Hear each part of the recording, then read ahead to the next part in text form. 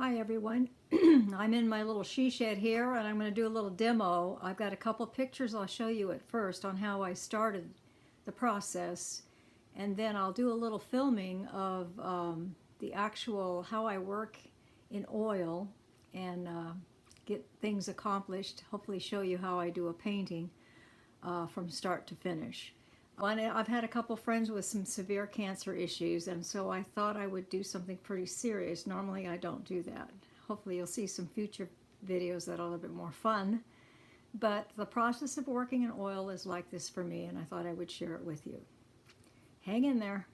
The old masters used to do layers and layers of these kinds of washes to get the luminosity they got with color.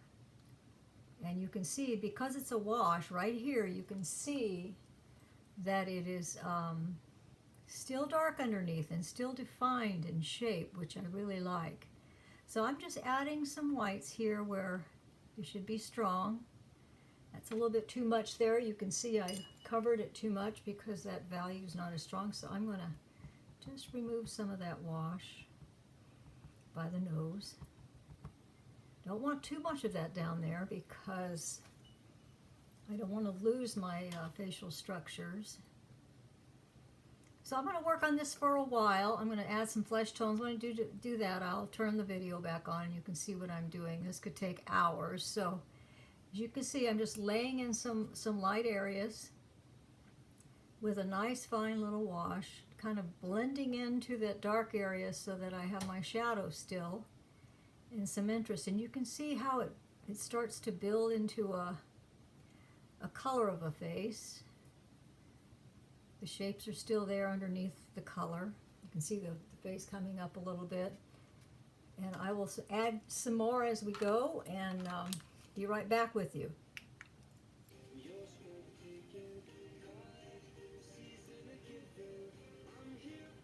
As you can see here, I am adding some color. Again, just mixed a few in my palette here, and some flesh tones and some soft warm colors. Going to work that into the face. My friends have really struggled with breast cancer, and they have really fought the battle of the mind and the body, but they have become victorious. It's a good story because both of them are doing well, finishing up with their chemo, and now they're at a point of healing and appreciating life in a way they never have before. But the process they went through was very difficult for them and for me as their friend. I just had the privilege of just encouraging them through that, and then being able to call and talk to somebody about how they were feeling. What a gift that was for me. I'm very comfortable with that kind of thing. And I'm glad they felt comfortable sharing their feelings because there were some difficult things going on in their hearts and their heads. This painting kind of makes me feel like an expression of their loneliness in that process, working through their cancer. It is quite a lonely journey for anyone that has dealt with it. And but having that expression, I think there's so many people that have gone through it and really might understand as they look at this painting.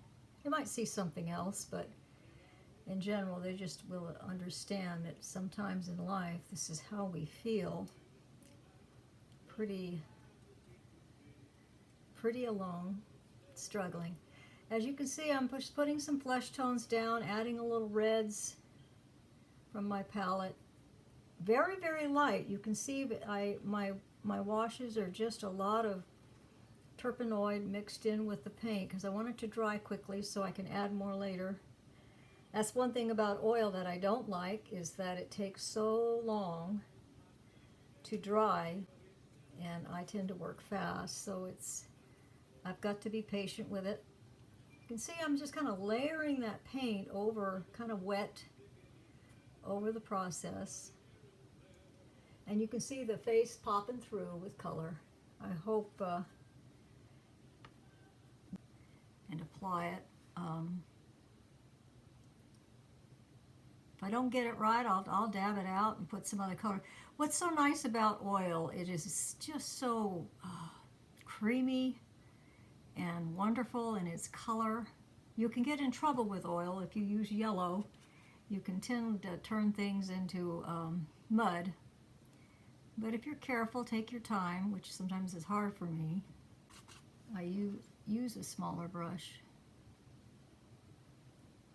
for the kind of detail I'm doing. Just adding a little flesh tone to.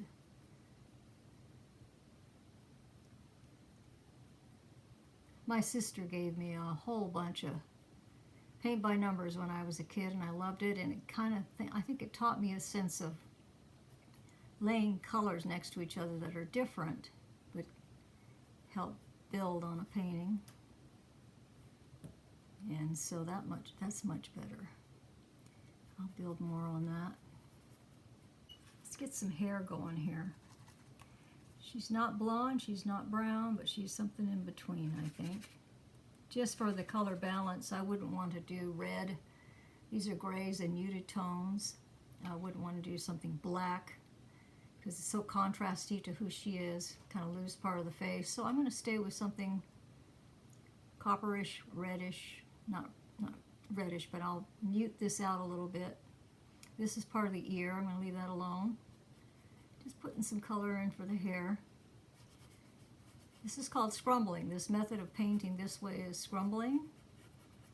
Just pushing a paint in any old way. And since I have the underlying structures already done in the initial few steps, all I'm doing is basically coloring. And this is her hair or a tie. I haven't decided what this part right here is going to be. I might put like a cap on her, a little scarf, like her hair's coming in, and that's the end of the scarf, and just have this pop out. I think that's what I'm going to do. So we're going to go with something like this.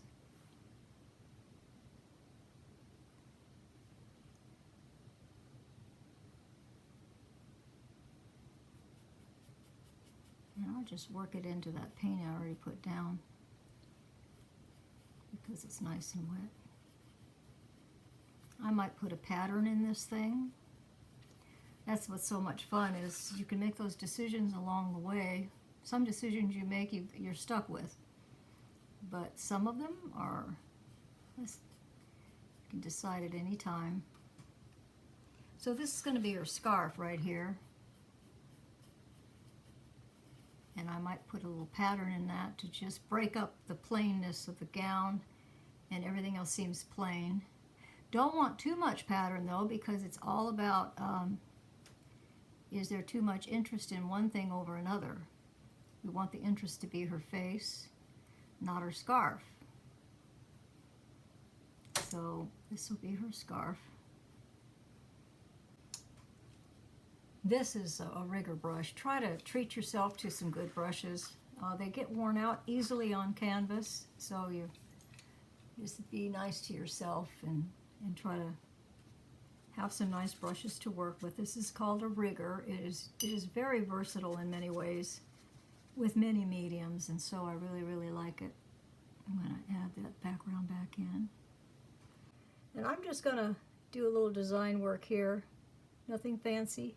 Just put in maybe an idea of something being on the hat.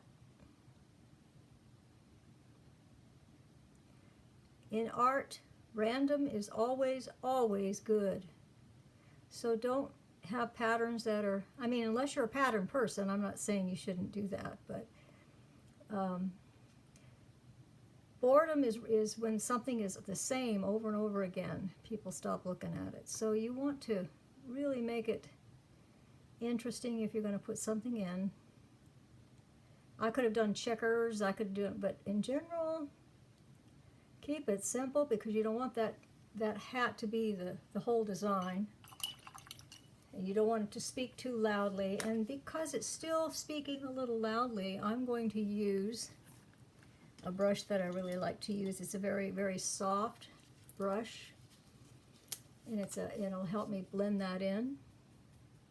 Soften that a little bit. Notice that it's kind of fallen back into place.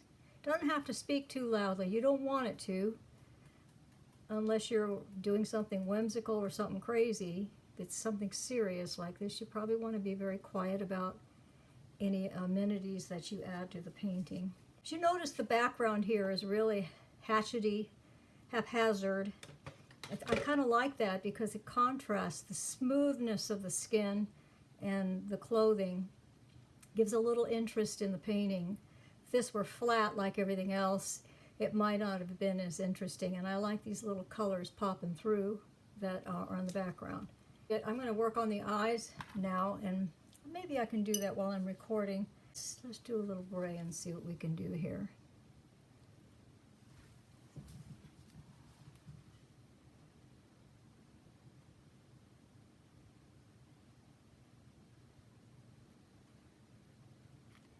Eyes are fun to do because the pupils are dark, the external is gray.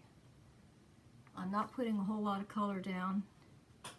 Unfortunately, I'm going to have to lift this up to be very, very close for me to work, so I can see what I'm doing.